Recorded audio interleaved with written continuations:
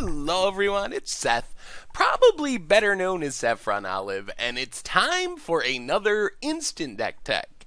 So today is Thursday, which means it's Tier Thursday, and this week we are heading to Legacy to check out a new tier deck. And now this is kind of like a new old tier deck. So the foundation of this deck, Blade decks built around Stoneforge Mystic and Batterskull, that's been around in Legacy for a long time. They used to be super popular, like the best deck in Legacy, kind of fallen off, but now they're making a comeback with a really unique new build. So this is Stoneblade, and this build recently took Andrew Cauldron to a top 8 finish at a SCG Legacy Classic, so congrats to Andrew on his finish with the deck. A quick reminder before we break down the deck: if you enjoy this deck and you want to see it made into videos, take a minute, click the like button, the subscribe button, leave a comment, anything you can do to support your deck, because whichever deck is most popular gets a shot at being made into videos next week. So let's talk Stoneblade in Legacy.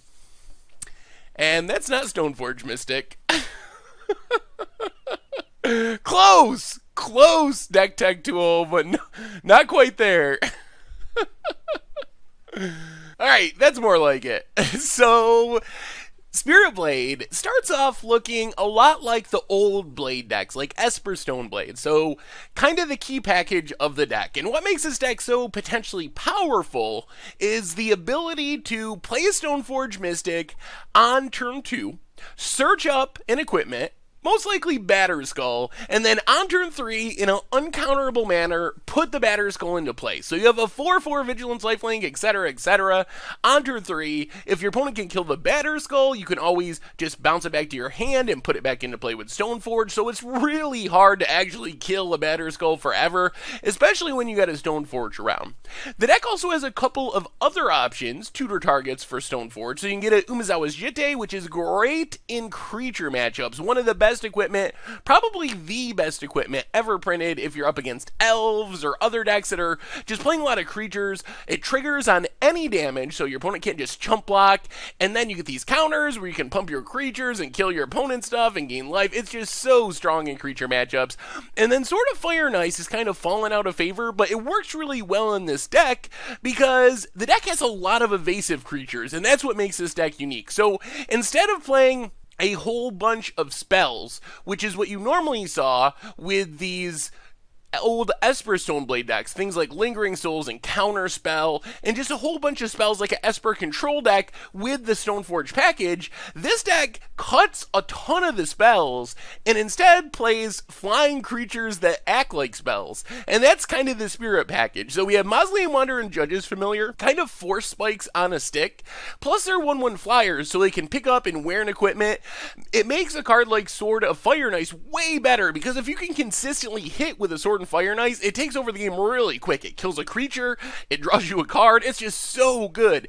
And then Spell Queller takes the place of like a counter spell or something, in the sense that almost everything in Legacy is converted mana cost 4 or less. Yes, there's weird matchups, you'll hit Mud or something that's looking to hard cast a Emrakul like 12 post, but in most matchups, Spell Queller is just exile any spell that your opponent plays. If it dies, yes, that's annoying, but still, this allows the deck to cut all of those spells and play creatures that can wear equipment and have more utility. It also does something else really important for the deck, and it allows the deck to play Thalia, Guardian of Thraben, which you couldn't do in the old spell-based versions of Stoneblade. But in Stoneblade, since all of your spells are technically attached to creatures, you can play Thalia, tax your opponent, but not really hurt yourself. The rest of the creatures, Meddling Mage, even more hate, and there is a combo with this. There are Gitaxian Probes in the deck, so you can theoretically turn 1 Gitaxian Probe, turn 2 Meddling Mage, name whatever is good in your opponent's hand.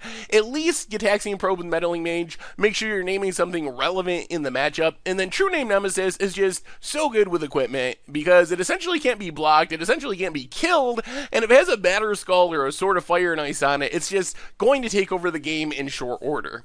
So there are a small number of spells. I mentioned Gitaxian Probe in conjunction with Meddling Mage, but it's just a really good card in general. Otherwise, 4 Force of Wills, 4 Swords to Plowshares. In the mana base, we get a few special lands. Wasteland to further attack your opponent mana works really well with Mausoleum Wanderers, Judge's Familiars, which are essentially force spike effects, but if you can keep your opponent's resources under control, then they become much more powerful and turn into hard counters. Karakas is mostly to protect yourself from Emeralds and Grizzlebrands out of Reanimator and stuff like that. Cavern of Souls to make sure your stuff is uncounterable.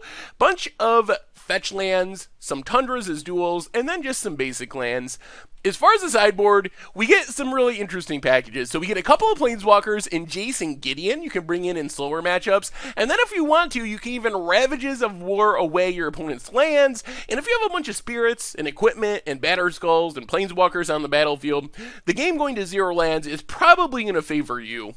And then we have some creatures which come in and do different things. Geist of St. Draft, just a really hard to deal with threat. You can kind of use your spirits to protect it. Thalia slows down the opponent with haste creatures, makes their fetch lands come into play tap, maybe twice if they fetch out it on basic. Venser to disrupt. Containment Priest, again for Emeralds and Grizzlebrands being cheated into play. We do have in the sideboard some more spells, but you can always take out your Thalias if you need to. But Council's Judgment just hits anything, disenchant for artifacts and enchantments. And then Back to Basics is basically the blue Blood Moon to some extent. Or we'll have a big enough board that we use Back to Basics like a 3-mana Armageddon effect, essentially. Where, yeah, maybe no one has any lands, but if we have a bunch of creatures and equipment and Planeswalkers, that's fine. It's just like a cheaper Armageddon. Rest in peace for graveyards. You'll also notice this build of Stoneblade, Spirit Blade, doesn't play Snapcaster Mage, so you get it to take advantage of Rest in Peace, which old versions did not because you were dependent on Snapcaster Mage to get back spells. But when you cut the spells, you can cut the Snapcaster, you can have the Rest in Peace. Gravedigger's Cage, also to stop the cheating of Emeralds, Grizzlebrands, and Pithing Needle as a catch-all. And that is Spirit Blade for Legacy, and that's our instant deck tech for today. So thank you very much for watching. I hope you enjoyed the video, and I will talk to you soon.